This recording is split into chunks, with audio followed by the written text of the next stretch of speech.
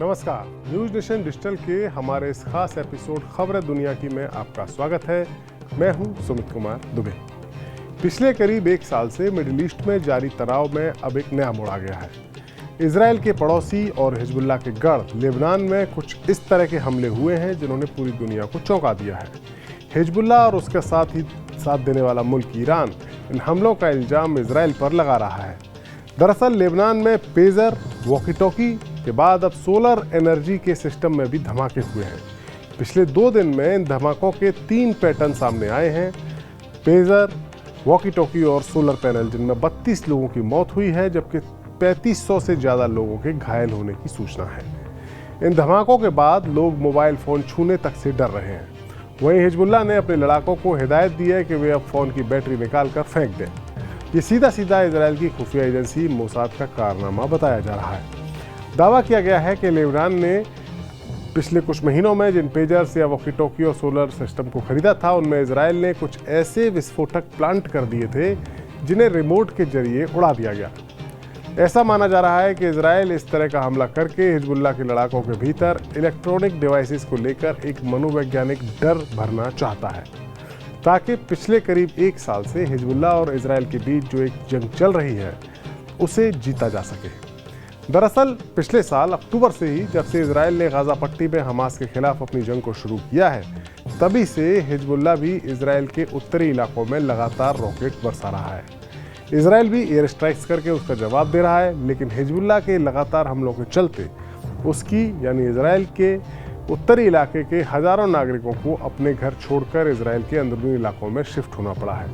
और अब इजराइल की कोशिश है कि किसी भी तरह ताकत के दम पर हिजबुल्लाह पर इतना दबाव बनाया जा सके कि वो इजराइल पर हमले करना बंद करे और उन हजारों इजरायलियों की घर वापसी हो जो हिजबुल्लाह के रॉकेट्स के डर से अपने घरों को छोड़कर इजराइल के दूसरे हिस्सों में शिफ्ट हो चुके हैं। लेबनान में हुए इलेक्ट्रॉनिक डिवाइसेस वाले हमलों के बीच इजरायली सेना के चीफ जनरल हर्जी हलेवी ने बुधवार को नॉर्दर्न कमांड का दौरा किया। इस दौरान उन्होंने एक बयान दिया और कहा कि इजरायली आर्मी अब भी ऐसी क्षमताओं से लैस है जिनका प्रदर्शन अब तक नहीं किया गया है। और उन्होंने कहा कि जब इजरायली आर्मी युद्ध के लिए किसी राउंड को अंजाम दे रही होती है तो उसके अगले 2 राउंड की तैयारी पहले से ही कर ली जाती है। हलेवी का कहना है कि युद्ध के हर राउंड में हिजबुल्लाह को अधिक कीमत चुकानी पड़ेगी। आईडीएफ चीफ के इस बयान से कयास लगाए जा रहे हैं कि ये साफ है कि इजराइल ने हिजबुल्लाह के खिलाफ फुल प्रूफ प्लान तैयार कर लिया है।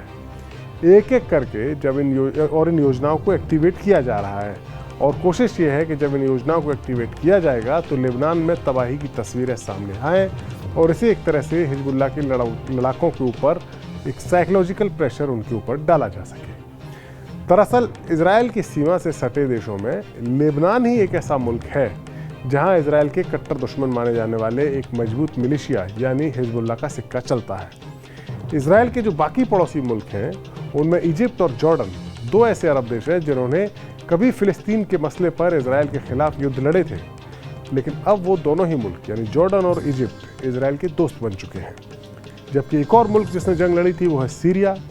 वो अपने अंदरूनी झगड़ों से में फंसा हुआ है और इराक भी अपने अंदरूनी मसलों में उलझा हुआ है। लिहाजा इजराइल किसी भी तरह से अपनी सीमा के करीब मौजूद हिजबुल्लाह को कमज़ोर करना चाहता है। पिछली बार इजराइल ने अरब मुल्कों की जिन फौजों को हराया था, जो 3-3 अरब इजराइल युद्ध हुए थे, वो जो दौर था वो उस वक्त अरब वर्ल्ड में, अरब दुनिया में करप्ट सरकारों और कमज़ोर मिलिट्री पावर का दौर था। लेकिन इस बार इजराइल का मुकाबला उस हिजबुल्लाह के साथ है जिसे दुनिया का सबसे खतरनाक मिलिशिया माना जाता है। इसके सदस्य बेहद ट्रेंड हैं, डिसिप्लिन वाले लड़ाके माने जाते हैं। इसके अलावा हिजबुल्लाह की मिसाइल पावर में भी अब काफ़ी ज़्यादा इजाफा हो चुका है। हिजबुल्लाह की पावर को समझने से पहले आपको उसकी लोकेशन के बारे में बताते हैं, जिससे आपको ये अंदाज़ा होगा कि वो हमास की तुलना में कितना ज़्यादा पावरफुल है और इजराइल उसको अपने लिए इतना बड़ा खतरा क्यों मानता है और इजराइल से उसकी रंजिश की वजह क्या है। दरअसल इजराइल की उत्तरी सीमा पर लेबनान मुल्क मौजूद है और उसका दक्षिणी हिस्सा इजराइल के करीब है, यानी सीमा दोनों की लगती है। वहाँ मुस्लिम धर्म के शिया मत को मानने वाले लोगों की आबादी बड़ी संख्या में है। हिजबुल्लाह इन्हीं शिया मत को मानने वाले लड़ाकों का एक संगठन है, जिसकी एक पॉलिटिकल विंग भी है जो लेबनान की सत्ता में पार्टनर भी है।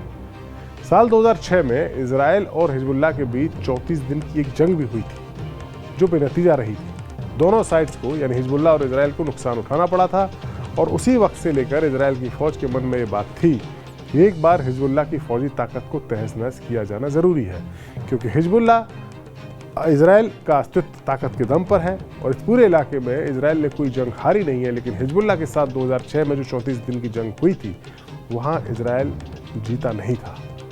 यही वजह है कि इजराइल हिजबुल्लाह को अपना परमानेंट दुश्मन मानता है। दूसरी तरफ हिजबुल्लाह की ताकत भी काफ़ी बड़ी हुई है और हिजबुल्लाह इजराइल के बरक्स अपनी ताकत को और ज़्यादा बढ़ाने की कोशिश में भी लगा हुआ है। ऐसा माना जा रहा है कि जंग के वक्त अगर जंग होती है तो हिजबुल्लाह करीब 40 से 50 हज़ार लड़ाकों की संख्या में अपने सैनिकों को उतार सकता है जंग में इजराइल में घुसने के लिए। हिजबुल्लाह के चीफ नसरल्लाह ने एक बार दावा किया था कि उन्हें मिडिल ईस्ट के जो बाकी लाइक माइंडेड मिलिशिया हैं उसके संगठन अपने लड़ाके भेजने की ऑफर दे रहे हैं, लेकिन उन्होंने इसे कबूल नहीं किया था, क्योंकि नसरल्लाह के मुताबिक हिजबुल्लाह के पास अपनी खुद की 1 से 1.5 लाख लड़ाकों की फौज मौजूद है। हिजबुल्लाह के लड़ाके कई सालों तक सीरिया की सिविल वॉर में भी शामिल रहे हैं, लिहाजा ऐसा माना जा सकता है कि उनके पास सीधी जंग लड़ने का तजुर्बा भी मौजूद है। इस सब के अलावा हिजबुल्लाह के पास ईरान का साथ है। ईरान के सहयोग से ही इस इलाके में सीरिया और इराक जैसे देशों में और भी ज़्यादा हथियारबंद मिलिशिया मौजूद है, जो अगर जंग होती है तो हिजबुल्लाह की मदद कर सकते हैं। और अगर सीधे जंग में वो मिलिशिया शामिल नहीं भी हुए तो भी हिजबुल्लाह के लिए रसद और गोला बारूद की सप्लाई चेन को ये मिलिशिया मदद देकर बरकरार रख सकते हैं। यानी साफ है, गाज़ा में हमास के खिलाफ लगातार जारी जंग के साथ साथ इजराइल अब हिजबुल्लाह के साथ भी आर पार की जंग लड़ने का मन तो बना चुका है, लेकिन देखना यह होगा कि हिजबुल्लाह कितनी टक्कर अब उसे दे पाता है। हमारा वीडियो आपको कैसा लगा? कमेंट सेक्शन में जाइए और अपनी राय हमें ज़रूर दीजिए। नमस्कार।